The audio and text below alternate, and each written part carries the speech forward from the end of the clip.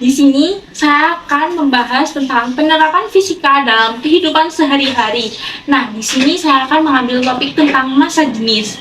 Kalian sadar gak sih kalau kalian lagi beli air es atau air es teh manis atau apapun itu yang berbau es, pasti es batunya itu akan selalu mengapung seperti pada es teh manis ini.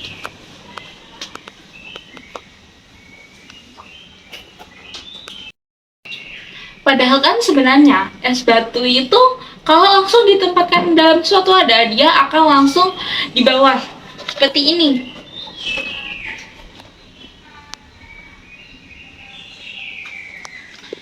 Nah, akan tetapi setelah kita kasih air,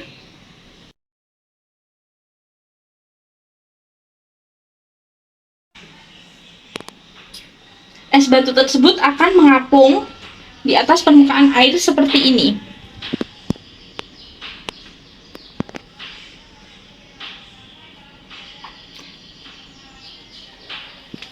Padahal kan sebenarnya air dan es batu memiliki unsur yang sama, yaitu H2O. Nah, kenapa sih kok massa jenis es batu ini lebih kecil daripada air?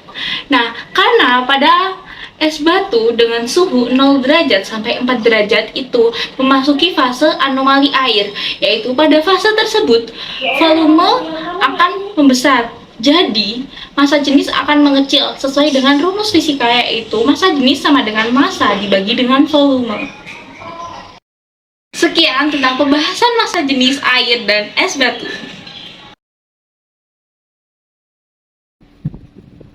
Assalamualaikum warahmatullahi wabarakatuh. Perkenalkan, nama saya Nurtawiya Elvira Putri dengan NIM 220210102013. Di sini saya akan menjelaskan tentang materi perpindahan kalor secara konveksi, konduksi, dan radiasi. Sebelum saya mulai mempraktikkan dan membuktikan bagaimana sih proses perpindahan kalor itu bisa terjadi ya, saya akan sedikit memberikan penjelasan terlebih dahulu mengenai perpindahan kalor. Jadi perpindahan kalor itu ada 3. Yang pertama ada konduksi, yang kedua ada konveksi, dan yang ketiga ada radiasi.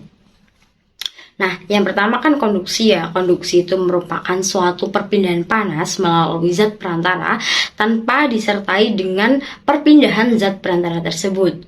Yang kedua ada konveksi. Konveksi itu merupakan perpindahan panas melalui zat perantara dengan disertai perpindahan zat perantaranya. Yang terakhir adalah radiasi. Radiasi itu merupakan suatu perpindahan panas tanpa melalui suatu zat perantara. Jadi radiasi ini biasanya dalam bentuk gelombang elektromagnetik. Mungkin cukup segitu ya penjelasan atau pendahuluan dari saya.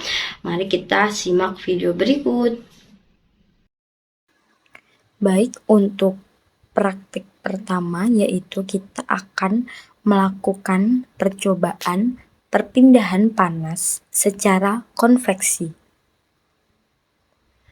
Langkah pertama yaitu setelah kita mengambil air biasa, kemudian air tersebut kita rebus di atas api yang menyala, yaitu dengan bantuan kompor.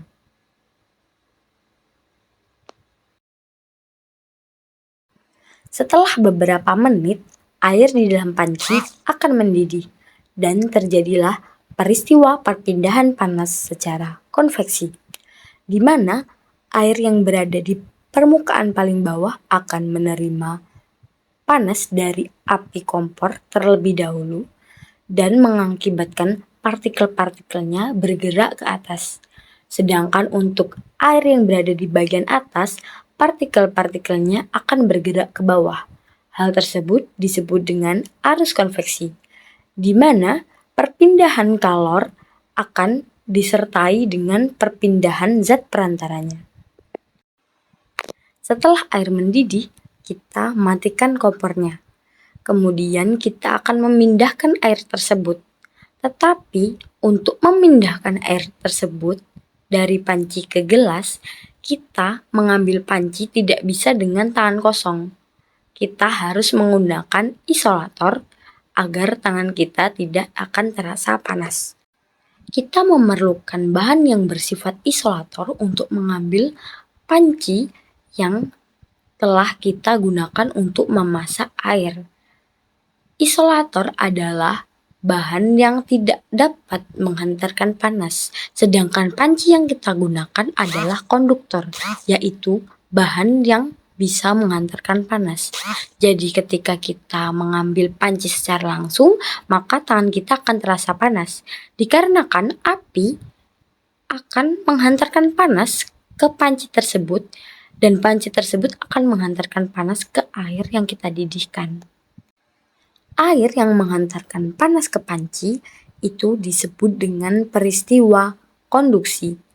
Jadi, tanpa disertai dengan zat perantaranya.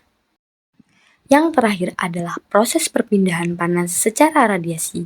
Di sini saya menggunakan api yang ada di kompor. Kemudian, saya mendekatkan tangan saya ke api yang menyala, lalu lama-kelamaan tangan saya akan terasa panas.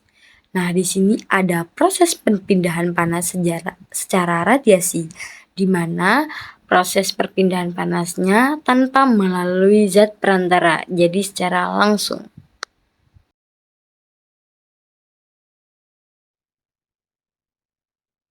Baik, di sini saya akan menjelaskan mengenai listrik dinamis pada rangkaian paralel dan seri menggunakan simulasi website. Pertama, saya memiliki beberapa komponen di sini. Ada batu 9 volt, ada papan breadboard yang putih ini, ada lampu LED dengan 3 macam warna, ada resistor yang bisa diatur kapal besar resistansinya, dan juga ada beberapa kabel jumper. Ini yang ada warna hitam dan juga warna merah ini dinamakan kabel jumper. Baik, di sini saya akan mensimulasikan bagaimana rangkaian seri itu berjalan pada simulasi web ini. Baik, di sini kita bisa melihat bahwa yang pertama kita harus menyambungkan katoda ke kutub positif breadboard. Seperti ini. Kita juga bisa membedakan warnanya supaya kita tidak keliru. Yang kedua, kita bisa menyambungkan anoda pada lampu LED ke kutub katoda lampu LED yang lain. Dan seterusnya sampai di sini. Dan kita harus membatasi arusnya menggunakan resistor agar tidak konslet ya lampunya. Atau biasanya kita sebut hangus lampunya. Agar tidak hangus, kita bisa mengaturnya sebagai resistansi sebesar 470 ohm. Sini. Setelah itu kita bisa mensimulasikannya dengan cara menyalakan simulasinya. Seperti ini. Bisa dilihat lampu rangkaian serinya bisa menyala dengan terang dari warna merah, dari warna kuning, dari warna hijau. Semuanya menyala secara seri. Kita perlu mengetahuinya bahwa lampu di sini harus menggunakan resistor sebesar 470 ohm agar bisa stabil dengan arusnya. Seperti itu. Yang selanjutnya saya akan mensimulasikan bagaimana cara merangkai rangkaian paralel pada simulasi ini. Komponennya juga tetap sama, ada resistor dan juga ada kabel jumper serta LED dan juga baterai.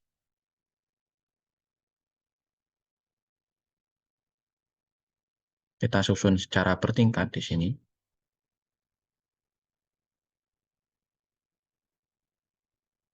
Kita sambungkan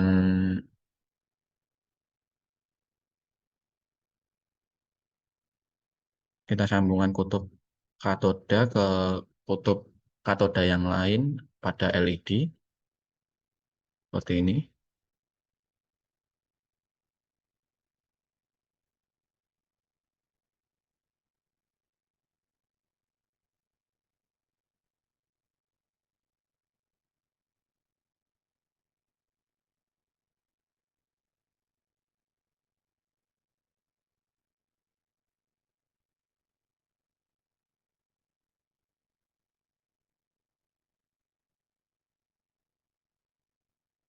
Kita juga harus menyatukan anoda dari LED yang lain ke LED yang lain.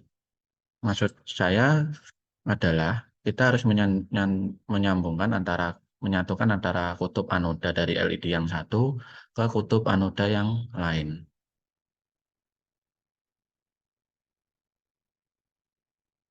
Ini. Setelah itu, ini sudah terbentuk rangkaian paralel ya di sini. Setelah itu kita harus menyambungkan terlebih dahulu apakah bisa menyala kutub anoda dari LED ke lubang negatif dari breadboard, yang selanjutnya lubang kutub positif dari breadboard ke katoda. Seperti ini. Setelah itu kita simulasikan. Ternyata baterainya juga terlebih dari voltasenya, dan lampu di LED ini hanya memiliki kapasitas 20 miliampere, dan di sini kita juga harus membatasinya menggunakan resistor seperti ini.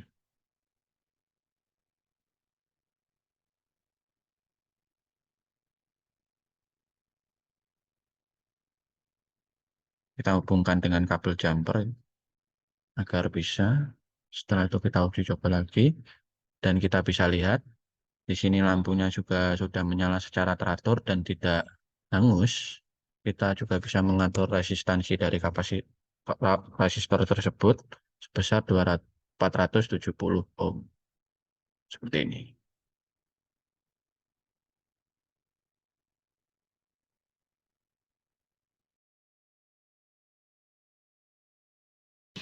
Assalamualaikum warahmatullahi wabarakatuh. Perkenalkan, saya Amalia Rishida Indriani dengan NIM 220210102108. Di sini saya akan sedikit menjelaskan tentang tekanan. Tekanan adalah perbandingan antara besar suatu gaya dari suatu benda dengan luas permukaan benda tersebut, di mana tekanan dilambangkan oleh P, gaya dilambangkan oleh F, dan luas permukaan benda dilambangkan oleh A. Sehingga rumus dari tekanan yaitu P sama dengan F per A. Berdasarkan persamaan rumus tersebut, maka dapat disimpulkan bahwa tekanan berbanding lurus dengan gaya dan tekanan berbanding terbalik dengan luas permukaan. Maka dapat disimpulkan bahwa jika luas permukaan semakin besar, maka tekanannya semakin kecil, dan luas permukaan semakin kecil, maka tekanannya semakin besar. Contoh penerapan prinsip tekanan gaya dan luas penampang dalam kehidupan sehari-hari adalah saat kita menggunakan pisau untuk memotong atau mengiris sayuran, buah, atau lain sebagainya.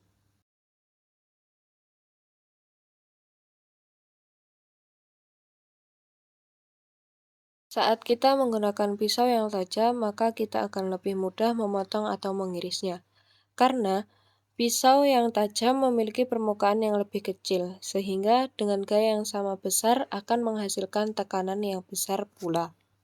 Sedangkan jika kita menggunakan pisau tumpul, maka akan lebih sulit untuk memotong atau mengiris, karena pisau yang tumpul memiliki permukaan yang lebih besar, sehingga dengan gaya yang sama akan menghasilkan tekanan yang kecil.